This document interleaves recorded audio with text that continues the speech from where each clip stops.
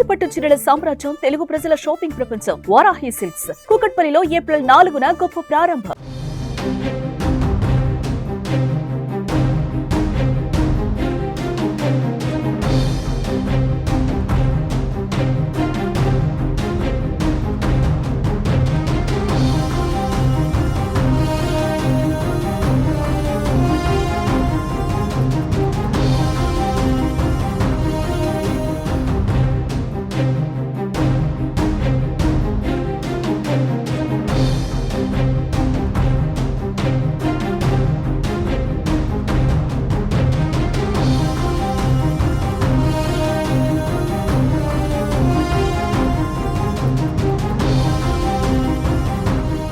Myanmar, థాయిలాండ్లో నిన్న సంభవించిన భూకంప ఘటనలలో మృతుల సంఖ్య అంతకంతకు పెరుగుతోంది.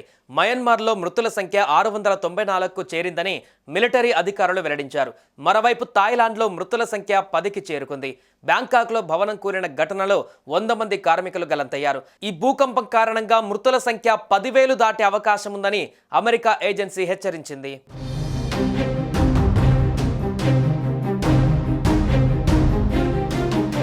కూలిన ఎత్తైన భవనాల కింద చిక్కుకొని ఆహాకారాలు చేస్తున్న వారిని రక్షించేందుకు రెస్క్యూ బృందాలు సహాయక చర్యలను ముమ్మరం చేశాయి. మయన్మార్లో 12 నిమిషాల వ్యవధిలో సంభవించిన 2 భారీ భూకంపాలు భారీ నష్టాన్ని కలిగించాయి. రాజధాని నెపిడాతో పాటు మరికొన్ని నగరాలలో ఎక్కడ చూసినా కూలిన భవనాలు, బీటలు వారిన రోడ్లే దర్శనమిస్తున్నాయి. ఎటు చూసినా భయానక పరిస్థితులు నెలకొన్నాయి. రిక్టర్ స్కేలు పైన మొదటి భూకంపం తీవ్రత 7.7గా, రెండో భూకంపం తీవ్రత 6.4గా నమోదైంది. ఈ తర్వాత మరో 4 భూ ప్రకంపనలు వచ్చాయి. వాటి తీవ్రత 4.5 నుంచి 6.6 మధ్యన ఉన్నట్లు మయన్మార్ అధికారులు తెలిపారు. మృతుల సంఖ్య వందలలో ఉండే అవకాశం ఉందని తెలుస్తోంది. మయన్మార్లోని ఓ ఆసుపత్రి శవాల దిబ్బను తలపిస్తోంది. మయన్మార్లోని సాగింగ్ నగరానికి 16 కిలోమీటర్ల దూరంలో 10 కిలోమీటర్ల లోతులో భూకంప కేంద్రం ఉన్నట్లు గుర్తించారు. భూకంపం దాటికే మయన్మార్లో అనేక భవనాలతో పాటు మాండలే నగరంలోని ఐవా ఐకానిక్ వంతెన నదిలో కుప్పకూలిపోయింది. విద్యుత్ స్తంభాల నేలకూలడంతో విద్యుత్ సరఫరా నిలిచిపోయింది.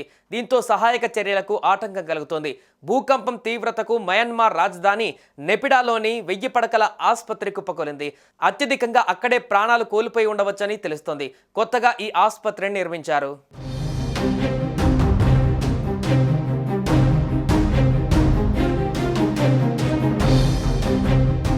కాగా ఈ భూకంప కేంద్రం 10 కిలోమీటర్ల లోతున సెంట్రల్ మయన్మార్లో ఉన్నట్లు గుర్తించారు.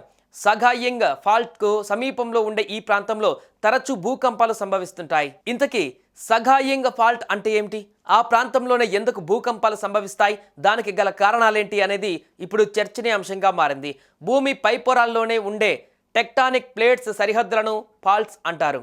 వీటి మందం కిలోమీటర్ల మేర విస్తరించి ఉంటుంది. ఇవి నిరంతరము ర్యాపిడ్కి గురవుతూ ఒకదానికి ఒకటి ఢీకొంటున్నాయి. 2 టెక్టానిక్ ప్లేట్ల మధ్య భాగమే సగాయింగ్ ఫాల్ట్. భారత టెక్టానిక్ ప్లేట్, మయన్మార్ మైక్రో ప్లేట్ల మధ్య ఉండే సగాయింగ్ ఫాల్ట్ దాదాపు 1200 కిలోమీటర్ల మేర విస్తరించింది.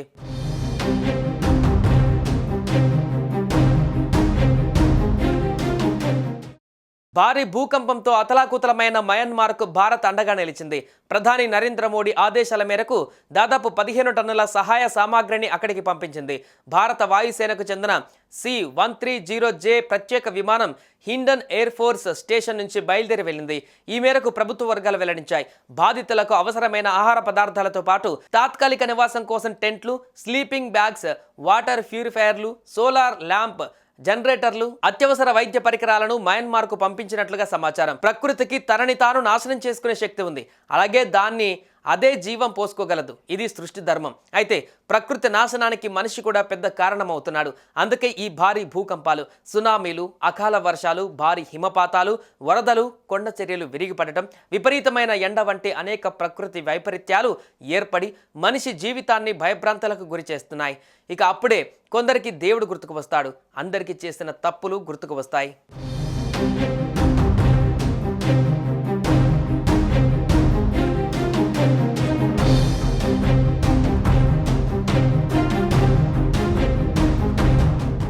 సుమన్ టీవీలో మీ పర్సనల్ అండ్ బిజినెస్ ప్రమోషన్స్ కోసం కింది నెంబర్కి కాంటాక్ట్ చేయండి.